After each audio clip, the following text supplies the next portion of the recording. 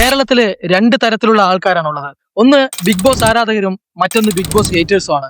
സാധാരണ നമ്മൾ ബിഗ് ബോസിലാണ് ജെൻഡർ കാർഡ്, കരച്ചിൽ സ്ട്രാറ്റജി, ഒറ്റപ്പെടൽ സ്ട്രാറ്റജി, നന്മമരം, പേഴ്സണൽ ഗ്രഡ്ജ്, ഗ്രൂപ്പിസം തുടങ്ങിയ മാനിപ്പുലേഷൻ വാക്കുകൾ കേട്ടിട്ടുള്ളത്. എന്നാൽ ബിഗ് ബോസ് ആരാധകർക്ക് ഞാനിനി പറയാൻ പോകുന്ന വ്യത്യസ്തമായ 10 മാനിപ്പുലേറ്റിംഗ് തന്ത്രങ്ങൾ കണ്ടസ്റ്റൻസിലൂടെ മനസ്സിലാക്കിയെടുക്കാൻ പറ്റുമെങ്കിൽ ബിഗ് ബോസ് ഹേറ്റേഴ്സിന് ചുറ്റിലും ഒന്ന് കണ്ണോടിച്ചാൽ മതി. ഈ വീഡിയോ കണ്ടു കഴിയുമ്പോൾ നിങ്ങളുടെ റിലേഷൻഷിപ്പിൽ, വീട്ടിൽ, ഓഫീസിൽ, കൂട്ടുകാരിൽ, അയൽവക്കക്കാരിൽ എല്ലാം നിങ്ങളുടെ മാനിപ്പുലേറ്റർ അല്ലെങ്കിൽ നിങ്ങളെ പല തന്ത്രങ്ങൾ ഉപയോഗിച്ച് നിങ്ങൾക്ക് പോലും അറിയാതെ നിങ്ങളെ കൺട്രോൾ ചെയ്യുന്നവരെ അമ്പരപ്പോടെ തിരിച്ചറിയാൻ സാധിക്കും. ബിഗ് ബോസിൽ വിജയിച്ചവരുടെയും വിജയിക്കാൻ പോകുന്നവരുടെയും മാനിപ്പുലേറ്റിംഗ് തന്ത്രങ്ങളാണ് നമ്മൾ ഇവിടെ വിശദമായിട്ട് 10 പോയിന്റുകളിലൂടെ കാണാൻ പോകുന്നത്. ഇതിൽ point number 10 is attention seeking ആണ്.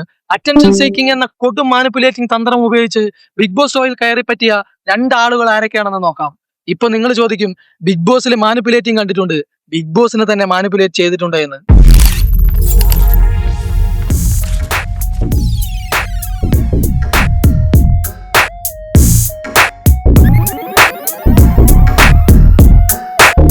ബിഗ് ബോസ് പോലൊരു ഷോയിൽ പോകുന്നതിനേക്കാൾ നല്ലത് ഞാൻ ലുലു മാളിൽ പോയി മുണ്ടുപൊക്കി കാണിച്ചാൽ പോരെ, അതല്ലേ നല്ലത് എന്ന് ചോദിച്ചാലാണ് കഴിഞ്ഞ ബിഗ് ബോസ് 5 സീസണിലെ വിന്നർ. ഇനി ഈ സീസൺ നോക്കുകയാണെങ്കിൽ ബിഗ് ബോസ് പോലൊരു കൂതറ പരിപാടിയിൽ ഞാൻ പങ്കെടുക്കില്ല, അവിടെ ബഹളവും അടിയും മാത്രമേ ഉള്ളൂ എന്ന് പറഞ്ഞ സരിക KB ഇപ്പോ ബിഗ് ബോസിന്റെ അകത്താണ്. ഇവിടെ ഞാൻ പറഞ്ഞ അറ്റൻഷൻ സീക്കിംഗ് മനോഹരമായിട്ട് ബിഗ് ബോസിനോട് തന്നെ ഇവർ രണ്ടുപേരും പ്രയോഗിച്ച് സ്വന്തം കാര്യം നേടിയെടുത്തു. ഇനി ഈ അറ്റൻഷൻ സീക്കിംഗ് എങ്ങനെയാണ് വർക്കാവുന്നതെന്ന് നോക്കാം. അഖിൽമാരെ പോലൊരു social media influencer Bigg Boss പോലൊരു ഷോയെ കുറ്റം പറയുമ്പോൾ, ഡീഗ്രേഡ് ചെയ്യുമ്പോൾ അഖിൽമാരെ ഇഷ്ടപ്പെടുന്ന ഒരു വിഭാഗം ആളുകൾ സ്വാഭാവികമായിട്ടും ബിഗ് ബോസ് ഷോ കാണാതെയാവും. ഇതുപോലുള്ള പ്രസ്താവനകൾ ഇന്ത്യൻ ടെലിവിഷൻ ചാനലുകളിലെ തന്നെ ഏറ്റവും ചിലവ് കൂടിയ ബിസിനസ് പ്ലാറ്റ്ഫോമായ ബിഗ് ബോസ് ഷോയുടെ റേറ്റിംഗ് കുറയാൻ കാരണമാവും. അങ്ങനെ സംഭവിക്കാതിരിക്കാൻ ബിഗ് ബോസിന്റെ അണിയറ പ്രവർത്തകർ എതിർക്കുന്നവനെ തന്നെ കളിക്കളത്തിൽ ഇറക്കി എതിർക്കുന്നവന്റെ ആരാധകരെ ബിഗ് ബോസ് ഷോയുടെ ആരാധകരാക്കി മാറ്റുന്നു. ഇവിടെ കടിച്ച പാമ്പിനെ കൊണ്ട് വിഷമിറക്കുന്നു എന്ന് ബിഗ് ബോസ് സ്വയം വാചാലനാകുമ്പോൾ ബിഗ് ബോസിന് ലാഭം മാത്രമേ ഉണ്ടായിട്ടുള്ളൂ എങ്കിലും അഖിൽമാരെ ബിഗ് ബോസിൽ കയറാനുള്ള ഒരു വലിയ കാരണം ബിഗ് ബോസ് ഷോ ഇഷ്ടമല്ല എന്ന സ്റ്റേറ്റ്മെന്റ് പ്രകടിപ്പിച്ചത് കൊണ്ട് മാത്രമാണ്. തുടക്കത്തിലെ പണി കൊടുക്കാമെന്നും പറഞ്ഞാണ് ബിഗ് ബോസ് ഷോയിലേക്ക് അയാളെ വിളിച്ചു വരുത്തിയതെങ്കിലും ഇന്ന് ബിഗ് ബോസ് മലയാളം സീസൺ 5 അറിയപ്പെടുന്നത് അഖിൽമാരാറിന്റെ പേരിലാണ്. അഖിൽമാരാര് ഫ്ലവർ ആയിരുന്നില്ല, കൊട്ടും ഫയർ ആയിരുന്നു. ഒരുപക്ഷെ അഖിൽമാരാർ അന്ന് പറഞ്ഞത് ബിഗ് ബോസിൽ കയറാൻ വേണ്ടി പ്ലാൻ ചെയ്ത് പറഞ്ഞതല്ലെങ്കിൽ പോലും സീസൺ 7 സരിക KB ആ തന്ത്രത്തെ വളരെ മനോഹരമായി ഉപയോഗിച്ചു എന്ന് വേണം പറയാൻ. കാരണം സരിക കുറച്ച് ദിവസങ്ങൾക്ക് മുൻപ് ബിഗ് ബോസ് ഷോയെ ഡീഗ്രേഡ് ചെയ്ത് സംസാരിച്ചിട്ട് ബിഗ് ബോസിൽ കയറിയതിനു ശേഷം സരിക KBയുടെ ഒരുപാട് വർഷങ്ങളിലെ ആഗ്രഹമാണ് ബിഗ് ബോസ് എന്നും പറയുന്നുണ്ട്. ഈ വീഡിയോ ബിഗ് ബോസിന്റെ അണിയറ പ്രവർത്തകർ കാണാത്തിടത്തോളം കാലം നിങ്ങൾക്കും ഈ അറ്റൻഷൻ സീക്കിംഗ് എന്ന മാനിപ്പുലേറ്റിംഗ് തന്ത്രം ബിഗ് ബോസിനോട് പ്രയോഗിച്ച് ആ ഷോയിൽ അന്തസ്സായിട്ട് വലിഞ്ഞു കയറാം. ഇനി നമ്മൾ നോക്കാൻ പോകുന്നത് 9ാമത് മാനിപ്പുലേറ്റിംഗ് മെത്തേഡാണ്. It's called feigned helplessness. ജിൻഡോ പോലും അറിയാതെ പ്രധാനമായും സീസൺ 6 ജിൻഡോ പ്രയോഗിച്ച മാനിപ്പുലേറ്റിംഗ് മെത്തേഡാണ് ഫെയിൻഡ് ഹെൽപ്ലെസ്നെസ്. എന്ന് വെച്ചാൽ ഒരാൾ നിങ്ങൾക്ക് വേണ്ടി വലിയൊരു കാര്യം ഏറ്റെടുക്കും, പക്ഷെ അത് ചെയ്യാൻ കഴിവില്ലാത്തവനായോ വിവരം കെട്ടവനായോ അഭിനയിക്കും. എന്നിട്ട് ഇടയ്ക്കിടയ്ക്ക് എനിക്കത് ചെയ്യാൻ അറിയില്ലായിരുന്നു, അല്ലെങ്കിൽ എനിക്ക് അവരുടെ അത്രയ്ക്കൊന്നും കഴിവില്ലായിരുന്നു, എന്നിട്ടും ഞാനത് നിങ്ങൾക്ക് വേണ്ടി ചെയ്തു എന്ന് ജനങ്ങളെ ഓർമ്മിപ്പിച്ചുകൊണ്ടേയിരിക്കും. ഇത്തരത്തിലുള്ള ഫെയിൻഡ് ഹെൽപ്ലെസ്നെസ് കാണിച്ച് ജിൻഡോ ജയിക്കേണ്ടത് ജനങ്ങളുടെ ആവശ്യവും ഉത്തരവാദിത്വമാണെന്ന് വിശ്വസിപ്പിച്ച് ഉത്തരവാദിത്തങ്ങളിൽ നിന്നും സ്വയം ഒഴിവായി ജനങ്ങളിൽ നിന്നും വോട്ട് നേടി വിജയിക്കുന്നു. സത്യം പറഞ്ഞാൽ ജാസ്മിനോട് വെറുപ്പ് കൊണ്ട് ജിൻഡോയ്ക്ക് വോട്ട് ചെയ്ത ജനങ്ങൾ ഇപ്പൊ ആരായി? 8ാമതായി ഈ സീസണിൽ ഷാനവാസ് ആദ്യത്തെ ആഴ്ചയിൽ നടത്തിയ ഒരു ബുദ്ധിപരമായ മാനിപ്പുലേറ്റിംഗ് രീതിയായിരുന്നു പ്ലേയിങ് ദ സേവിയർ. ഈ തന്ത്രം എന്നത് ഒരാൾ ദിവസത്തെ രക്ഷിക്കാൻ മുന്നോട്ട് വരുന്നതായി കാണിക്കുക എന്നതാണ്. സത്യം എന്നാൽ അവർ ഇന്നലെ ഉണ്ടാക്കിയ പ്രശ്നത്തിൽ നിന്നായിരിക്കും തുടക്കം. എന്നാൽ അവർ പിന്നിൽ നിന്ന് പിന്നീട് അത് ശരിയാക്കുമ്പോൾ ഒരു നായകനെ പോലെ സ്ലോ മോഷനിൽ ജനങ്ങളുടെ ഹൃദയത്തിൽ കയറാനും ശ്രമിക്കുന്നു. പക്ഷെ അക്ബർ ഷാനവാസിന്റെ ഈ തന്ത്രത്തെ അതിവിദഗ്ധമായി പൊളിക്കുന്നുണ്ട്. തന്ത്രശാലികളായ മാനിപ്പുലേറ്ററിനെ ബുദ്ധിപരമായി തുടക്കത്തിൽ തന്നെ സ്പോട്ട് ചെയ്യുന്നവർ പല കെണികളിൽ നിന്നും രക്ഷപ്പെടുന്നു.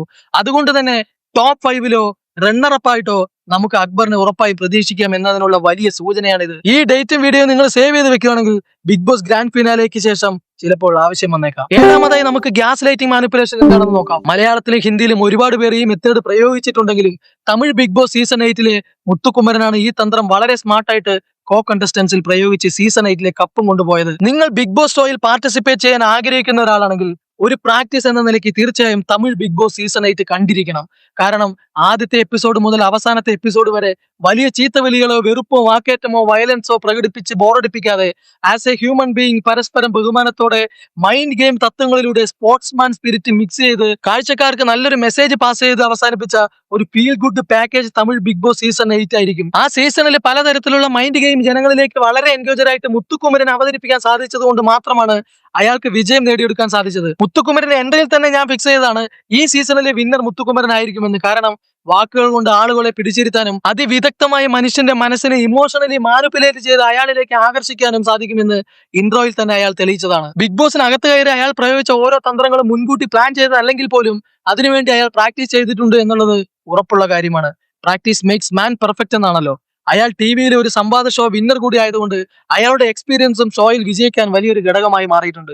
ഇവിടെ ഗ്യാസ് ലൈറ്റിംഗ് മാനിപ്പുലേഷൻ മുത്തുക്കുമരൻ എങ്ങനെയാണ് കോ കണ്ടസ്റ്റൻസിൽ പ്രയോഗിച്ചത് എന്ന് നോക്കാം. നല്ലപോലെ തർക്കിക്കാൻ കഴിവുള്ളവർ മാത്രം പ്രയോഗിച്ചാൽ വിജയിക്കുന്ന ഒരു തന്ത്രമാണിത്. ഇത് സാഹചര്യങ്ങളെ വളച്ചൊടിച്ച് നിങ്ങളുടെ ഓർമ്മകളെയും ചിന്തകളെയും കാഴ്ചപ്പാടുകളെയും പോലും ചോദ്യം ചെയ്യാൻ പ്രേരിപ്പിക്കുന്നു എന്നുള്ളതാണ്. ഗ്യാസ് ലൈറ്റിംഗ് മാനിപ്പുലേറ്റിംഗ് ആരുടെ മേലെയാണോ മുത്തുക്കുമരൻ പ്രയോഗിക്കുന്നത് അയാൾ സത്യത്തിൽ കൺഫ്യൂഷൻ ആവും. അവർ അമിതമായി പ്രതികരിച്ചതാണോ അതോ മുത്തുകുമരനെ തെറ്റിദ്ധരിച്ചതാണോ എന്നൊക്കെ എതിർവശത്തിരിക്കുന്നവനെ ഇരുത്തി ചിന്തിപ്പിച്ചു കളയും. ചുറ്റുമുള്ളവരെ ആശയക്കുഴപ്പത്തിലാക്കി അവരുടെ സ്വന്തം അഭിപ്രായത്തെക്കാൾ മുത്തുകുമരന്റെ വാദങ്ങളെ വിശ്വസിക്കുക എന്നതാണ് ഗ്യാസ് ലൈറ്റിംഗിലൂടെ അയാൾ സാധിച്ചെടുത്തിട്ടുള്ളത്. ഉദാഹരണം നോക്കുകയാണെങ്കിൽ മുത്തുകുമരൻ ചെയ്ത ഒരു പ്രവൃത്തിയിൽ എതിരാളി അഭിപ്രായം ആരോപണ രീതിയിൽ പറയുന്ന സാഹചര്യത്തിൽ അയാളോട് തർക്കിക്കാതെ മുത്തുകുമരൻ പറയുന്നത് ഇങ്ങനെയാണ്: നിങ്ങൾ പ്രതികരിക്കാൻ ഉപയോഗിച്ച ഒരു വാക്കിൽ പിഴവ് സംഭവിച്ചിട്ടുണ്ട്, അത് തിരുത്തിയില്ലെങ്കിൽ ഇത് കാണുന്ന ജനങ്ങൾക്ക് നിങ്ങളിൽ വെറുപ്പ് സൃഷ്ടിക്കാൻ സാധ്യതയുണ്ട് എന്ന്. ഇത്തരത്തിലുള്ള ഗ്യാസ് ലൈറ്റിംഗ് പ്രതികരണത്തിലൂടെ മുത്തുകുമരനെ ഒട്ടും സംശയിക്കാതെ സ്വയം ജഡ്ജ്മെന്റ് ചെയ്യാൻ എതിരാളി വിധേയനാവുന്നു. പ്രതികരിച്ച വാക്കിൽ തെറ്റുപറ്റിയോ അല്ലെങ്കിൽ ഞാൻ പ്രതികരിച്ച രീതി മോശമായോ എന്ന് സ്വയം കുറ്റപ്പെടുത്തുന്നതിലൂടെ മുത്തുകുമരൻ എതിരാളികളെ കാൽ കീഴിലാക്കുന്ന തന്ത്രം. ഈ തന്ത്രം മനസ്സിലാക്കിയ കോ കണ്ടസ്റ്റൻസ് വിശാല് ഒരു എപ്പിസോഡിൽ വിജയ് സേതുപതിയോട് മുത്തുകുമരന്റെ ഈ മാനിപ്പുലേഷനെ കുറിച്ച് നേരിട്ട് പറയുന്നത് നമുക്ക് കാണാം.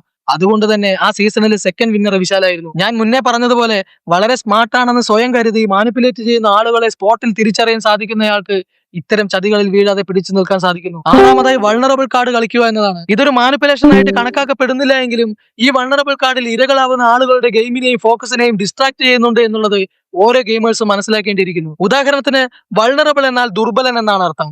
ഞാൻ സത്യത്തിൽ ഇടയ്ക്ക് ദുർബലനാവുന്നുണ്ട്, ഇവരുടെ മുന്നിൽ പിടിച്ചു നിൽക്കാൻ മാക്സിമം ശ്രമിക്കുന്നുമുണ്ട്, എങ്കിലും നിങ്ങളുടെ സപ്പോർട്ടാണ് എന്റെ ബലം എന്ന് പറയാതെ പറഞ്ഞ് സ്വയം ശക്തനാവാൻ ഒരാളെ എന്നും കൂടെ നിർത്തുന്ന ആളിനെയാണ് അപ്ലൈയിങ് വൾണറബിൾ മാനിപ്പുലേറ്റർ എന്ന് വിളിക്കുന്നത്. ഇത്തരം മാനിപ്പുലേഷൻ പ്രകടനം മനോഹരമായി അപ്ലൈ ചെയ്യാൻ കഴിയുന്ന ഒരാൾക്ക് കയറ്റം കയറുമ്പോൾ പുറകിൽ നിന്നൊരു തള്ളു കിട്ടുന്നത് പോലെ മെന്റൽ സ്ട്രെങ്ത്തും ആത്മവിശ്വാസവും എനർജിയും കൂടുതലായിരിക്കും. മറിച്ച് വൾണറബിൾ മാനിപ്പുലേഷനിൽ ഇരയാവുന്ന ഒരാൾക്ക് എവറസ്റ്റ് കയറുമ്പോൾ തന്റെ കയ്യിലുള്ള ഓക്സിജൻ കൂടെയുള്ള ഒരാൾക്ക് കൊടുത്താൽ ഉണ്ടാവുന്ന അവസ്ഥ പോലെയായിരിക്കും. ലക്ഷ്യത്തിലേക്കുള്ള ദൂരം കൂടുകയും സെൽഫ് കോൺഫിഡൻസും കോൺസെൻട്രേഷനും ഫോക്കസും കുറയുന്നതൊക്കെ ആയി കാണാം. തമിഴിൽ ഇതിനൊരു ബിഗ് എക്സാമ്പിൾ ആയിട്ട് വിശാലിന്റെ വൾണറബിൾ കാർഡിൽ വീണുപോയ തർശികയുടെ കഥ തന്നെയാണ്. ഇവിടെ പല എപ്പിസോഡുകളിലായി ഗ്രൂപ്പിസവും റൊമാൻസും കപ്പിൾസ് കാർഡും ഫ്രണ്ട്ഷിപ്പും കണ്ടിട്ടുണ്ടെങ്കിലും അവസാനം വരെ ഒന്നിച്ചു നിന്നിട്ടുള്ളവരെക്കാൾ കൂടുതൽ തമ്മിൽ തല്ലി പിരിഞ്ഞിട്ടുള്ളവരാണ്. അഞ്ചാമതായി റിക്രൂട്ട് ഫ്ലൈയിങ് മങ്കീസ് മാനിപ്പുലേറ്റിംഗ് ആണ് നമ്മൾ നോക്കാൻ പോകുന്നത്. എന്ന് വെച്ചാൽ മറ്റൊരാളുടെ പോരിൽ തീ കൊളുത്താൻ പ്രേരിപ്പിക്കുന്ന ഒരു തന്ത്രമാണിത്. ഇവിടെ മാനിപ്പുലേറ്റർ ഡയറക്റ്റ് ഇടപെടാതെ ഫ്ലൈയിങ് മങ്കിയെ വെച്ച് ടാർഗറ്റിനെ പ്രൊവോക്ക് ചെയ്യിക്കുന്ന രീതിയാണ്. ഉദാഹരണം അൻസിബ ഋഷിയെ ഉപയോഗിച്ചതുപോലെ. ഒരു യുദ്ധം പുറപ്പെടുമ്പോൾ രാജാക്കന്മാർക്ക് വേണ്ടിയിട്ട് ഭടന്മാർ മരിച്ചു വീഴുന്നത് പോലെ, രാഷ്ട്രീയ നേതാക്കൾ അണികളെ ഇട്ടുകൊടുക്കുന്നത് പോലെ, ഇതെല്ലാം ഒരു തരത്തിലുള്ള റിക്രൂട്ടിംഗ് ഫ്ലൈയിങ് മങ്കീസ് തന്ത്രങ്ങളാണ്. ഇവിടെ നഷ്ടം ഫ്ലൈയിങ് മങ്കിക്കും ടാർഗറ്റിന് മാത്രമാണെന്ന് തിരിച്ചറിയുന്നവർ ഈ കെണിയിൽ നിന്ന് രക്ഷപ്പെടുന്നു. നാലാമതായി നോക്കാൻ പോകുന്നത് ഡയമണ്ട് വെപ്പൺ ആണ്. മലയാളത്തിൽ വജ്രായുധം എന്ന് പറയാം. ഇത് ജെൻഡർ കാർഡിന് മുകളിൽ വരുന്ന ഒരു ഡേഞ്ചർ മാനിപ്പുലേറ്റിംഗ് തന്ത്രമാണ്. എതിരാളിയുടെ ആത്മവിശ്വാസത്തെ തകർക്കാനും മാനിപ്പുലേറ്ററിന്റെ വരുതിയിൽ വരുത്താനും വളരെ സെൻസിറ്റീവ് ആയിട്ടുള്ള ആരോപണം ടാർഗറ്റിൽ പ്രയോഗിക്കുന്ന ഒരു തന്ത്രമാണ് ഡയമണ്ട് വെപ്പൺ അഥവാ ലൈംഗിക ആരോപണം. ഉദാഹരണം നോക്കുകയാണെങ്കിൽ അയാളുടെ നോട്ടം ശരിയല്ല, അയാൾ അടുത്ത് വരുമ്പോൾ പേടിയാവുന്നു, രാത്രി എന്റെ ബെഡിൽ വന്ന് മറ്റേ കിടക്കാൻ ശ്രമിക്കുന്നു, പെണ്ണുങ്ങളെ കാണുമ്പോൾ മറിയുന്ന മൊണ്ണകൾ, ഇത്തരത്തിലുള്ള പ്രസ്താവനകൾ പടച്ചുവിട്ട് ജനങ്ങൾക്കിടയിൽ ടാർഗറ്റിനെതിരെ ഒരു വലിയ വെറുപ്പ് സൃഷ്ടിച്ച് മാനിപ്പുലേറ്റ് ചെയ്യുന്ന ഈ രീതി ബിഗ് ബോസിൽ മാത്രമല്ല രാഷ്ട്രീയത്തിലും സിനിമാ ഫീൽഡിലും ജോലി സ്ഥലങ്ങളിലും കുടുംബങ്ങളിലും പലയിടങ്ങളിലായി സംഭവിക്കാറുണ്ട്. ഇത്തരം സാഹചര്യങ്ങൾ നേരിടുന്നവർ ഒറ്റ കാര്യം ഓർത്താൽ മതി: കുറ്റാരോപിതനും കുറ്റവാളിയും രണ്ടും രണ്ടാണ്. മൂന്നാമതായി നമ്മൾ നോക്കാൻ പോകുന്നത് മിററിംഗ് മാനിപ്പുലേഷൻ ആണ്. എന്ന് വെച്ചാൽ ശത്രുവിനെ മിത്രമാക്കുന്ന രീതിയാണിത്. ശത്രു ഒരു രീതിയിലും മാനിപ്പുലേറ്ററിനെ അടുപ്പിക്കുന്നില്ല എന്ന് കണ്ട് അയാളെ വെറുപ്പിക്കാതെ സ്നേഹം അഭിനയിച്ച് അയാളുടെ പെരുമാറ്റങ്ങൾ, ശരീരഭാഷ അല്ലെങ്കിൽ സംസാരിക്കുന്ന രീതികൾ ഇതെല്ലാം സൂക്ഷ്മമായി അനുകരിച്ച് അവരുടെ ധാരണകളെയും വികാരങ്ങളെയും സ്വാധീനിക്കുന്ന സൈക്കോളജിക്കൽ രീതിയാണിത്. ആളുകൾക്ക് അവരെ മറ്റുള്ളവരെ അനുകരിക്കുന്നത് കാണാൻ ഭയങ്കര ഇഷ്ടമാണ്. അവർ അതിലൂടെ മറ്റെല്ലാ വിഷയങ്ങളും മറക്കാൻ വിധേയനാവും. പലപ്പോഴും ലക്ഷ്യം തിരിച്ചറിയാതെ തന്നെ ഇത് ബന്ധം വളർത്തിയെടുക്കാനും ആവശ്യങ്ങൾ വരുന്ന സമയത്ത് കൃത്രിമം കാണിക്കാനും വഞ്ചിക്കാനും മാനിപ്പുലേറ്റർ ഈ മിററിംഗ് മെത്തേഡ് ഉപയോഗിക്കുന്നു. രണ്ടാമത്തെ പോയിന്റ് ആയിട്ട് നമുക്ക് ഐസൊലേഷൻ മാനിപ്പുലേഷൻ എന്താണെന്ന് നോക്കാം. നിങ്ങളെ പിന്തുണയ്ക്കുന്നവരിൽ നിന്നും പിഴുതെടുത്ത് നിങ്ങളെ ഒറ്റപ്പെടുത്തുന്ന തന്ത്രമാണ് ഐസൊലേറ്റിംഗ് മാനിപ്പുലേഷൻ. മാനിപ്പുലേറ്റർക്ക് മറ്റാളുകൾ നിങ്ങളെ സ്വാധീനിക്കുന്നതോ സ്നേഹിക്കുന്നതോ ഇഷ്ടമല്ല. അതിനാൽ അവർ നിങ്ങളുടെ കുടുംബത്തിൽ നിന്നും, സുഹൃത്തുക്കളിൽ നിന്നും, സമൂഹത്തിൽ നിന്നും സാവധാനം ഒറ്റപ്പെടുത്തും. ആ ആളുകൾ ഒന്നും നിങ്ങൾക്ക് നല്ലതല്ല എന്നും അല്ലെങ്കിൽ ഞാനുള്ളപ്പോൾ നിങ്ങൾക്ക് അവരുടെ ആവശ്യമേ ഇല്ല എന്നൊക്കെ അവർ നിങ്ങളെ തെറ്റിദ്ധരിപ്പിക്കും. എല്ലാ കാര്യങ്ങളിലും നിങ്ങൾ അവരെ ആശ്രയിക്കുക എന്നതിലൂടെ നിങ്ങളുടെ നിയന്ത്രണങ്ങൾ ഏറ്റെടുക്കുക എന്നതാണ് അവരുടെ ലക്ഷ്യം. ചുറ്റിലും ഒന്ന് കണ്ണോടിച്ച് നോക്കിയാൽ മതി. പ്രണയബന്ധങ്ങളിലും പേരന്റിങ്ങിലും ദാമ്പത്യ ജീവിതത്തിലും വളരെയധികം കണ്ടുവരുന്ന അപകടകരമായ മാനിപ്പുലേഷൻ രീതിയാണ് ഐസൊലേറ്റിംഗ്. നിങ്ങൾക്ക് ലക്ഷ്യബോധം ഇല്ലാത്തിടത്തോളം കാലം നിങ്ങൾ മറ്റൊരാളുടെ ഐസൊലേഷനിലായിരിക്കും എന്ന സത്യം നിങ്ങൾ മനസ്സിലാക്കുക. ഇനി അവസാനമായി നോക്കാൻ പോകുന്നത് പോയിന്റ് നമ്പർ 1 ഈസ് നമ്മുടെ ഇപ്പോഴത്തെ വൈറൽ താരം പ്രകടിപ്പിക്കുന്ന ഒരു വ്യത്യസ്തമായ മാനിപ്പുലേറ്റിംഗ് തന്ത്രമാണ്. It's called stonewalling. എന്ന് വെച്ചാൽ ആ വ്യക്തിയുടെ തെറ്റുകൾ ചൂണ്ടിക്കാണിക്കുന്നവർക്ക് മുന്നിൽ തെറ്റുകൾ അംഗീകരിക്കാതെയും സംസാരത്തിൽ ഏർപ്പെടാതെ ഇരിക്കുന്നതുമായുള്ള രീതിയാണിത്. എനിക്ക് ഇതിനെക്കുറിച്ച് ഇപ്പൊ ഒന്നും സംസാരിക്കാനില്ല. എനിക്ക് നിങ്ങളെ കുടിച്ച വെള്ളത്തിൽ വിശ്വാസമില്ല. എന്റെ വീട്ടിലല്ല, പഞ്ചായത്തിൽ പോലും നിങ്ങളെ ഒന്നും കേട്ടില്ല എന്നൊക്കെ പറഞ്ഞ് എതിരെയുള്ളവർക്ക് മുന്നിൽ ഒരു വലിയ സ്റ്റോൺ വാള് അടച്ചു വെക്കുന്ന രീതിയാണിത്. ഇതുപോലുള്ള വാല്യുബിൾ പോയിന്റ് ആയിട്ടുള്ള വീഡിയോസ് ഡെയിലി കിട്ടാനായിട്ട് ഇപ്പൊ തന്നെ സബ്സ്ക്രൈബ് ചെയ്യുക. അപ്പോൾ നമ്മൾ ഇന്ന് നോക്കിയ 10 മാനിപ്പുലേറ്റിംഗ് മെത്തേഡ്സ് ഏതൊക്കെയാണെന്ന് നോക്കാം.